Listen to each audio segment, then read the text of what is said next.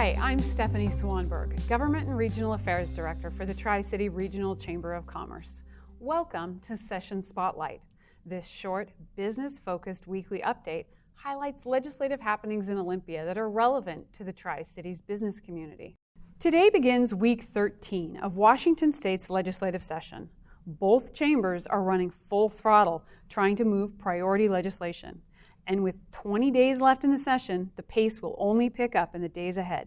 The Senate operating budget for the fiscal biennium 2021 through 23 was exec'd out of Ways and Means, 14-11, and debated on the Senate floor last week. The $59.2 billion two-year budget plan includes 12% new spending increases and $357 million in new revenue from a tax on capital gains. It also lays out how $7 billion of federal stimulus funds will be spent. The floor debate was robust, and the bill passed off the Senate floor 27-22 and was debated in the House on Saturday for nearly 4 hours.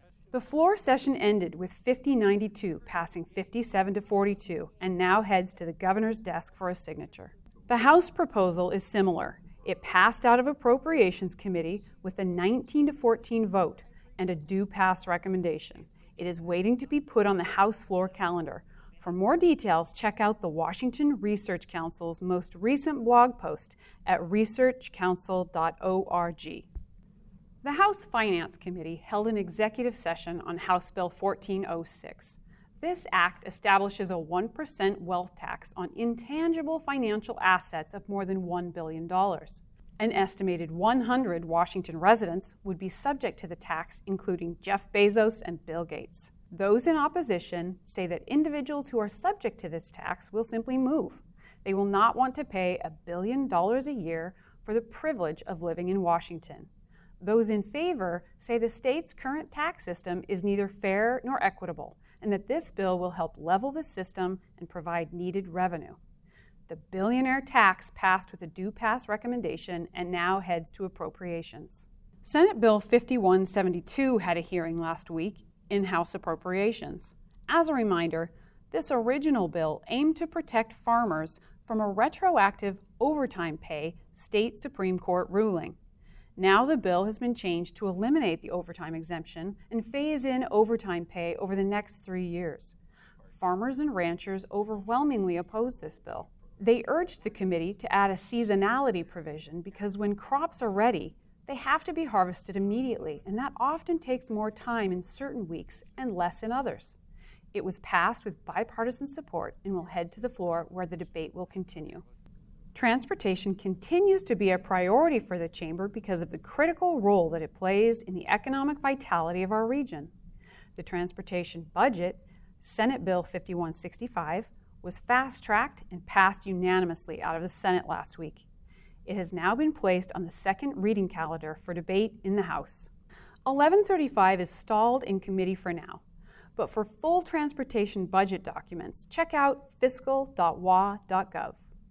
House Bill 1564, a transportation spending proposal, had a hearing on April Fool's Day. It was somewhat fitting because the bill had no content or details until an hour before the hearing. Joke's on us. Turns out that this is a 2-year spending bill for a total of $893 million during the 2021 to 23 fiscal biennium. The bill also creates 2 new accounts, the Carbon Emissions Reduction Account and the Miles Ahead Washington account. Prime sponsor FI says that preservation of state infrastructure is the focus of this package. Todd Myers of the Washington Policy Center testified at the hearing and made a suggestion to add a clause to the bill that tied funding for carbon emissions reduction policy to their effectiveness, basically saying, let's get the best bang for our buck. And the Chamber agrees. Now let's look at some other bills that are seeing action. After 5 amendments, including a striker, were considered on the low carbon fuel standard bill, the Senate Ways and Means Committee passed a gross third substitute House Bill 1091 with a 15-10 vote. It is now in rules for a second reading and could be scheduled for consideration on the Senate floor in the next few days. The floor debate on this decarbonization bill will be one to watch. COVID has brought to light the urgent need for greater access to affordable and reliable broadband internet. The original bill authorizing PUDs and port districts to provide retail telecommunications services in underserved areas has changed substantially since it was originally introduced. 'Tis the season for strikers, and this bill is no exception. After a unanimous vote on the striker, Second Substitute Senate Bill 5383 passed out of appropriations on a party line vote and advanced with a due pass recommendation. Broadband will continue to remain a top priority for the Chamber. Lastly, to Senate Bill 5115. This bill creates a presumption that if a worker gets COVID, it is presumed to have been contracted at the employee's place of work. That presumption can be rebutted by a preponderance of the evidence. It has already passed the Senate and advanced to rules, which has placed the bill on the House calendar for a second reading. As we head into the last 3 weeks of session, the Chamber is going to continue to keep you informed and connected. If you have any information on business-related bills that you'd like to see me include in next week's Session Spotlight, let me know. Thanks again for watching, and we'll see you next week.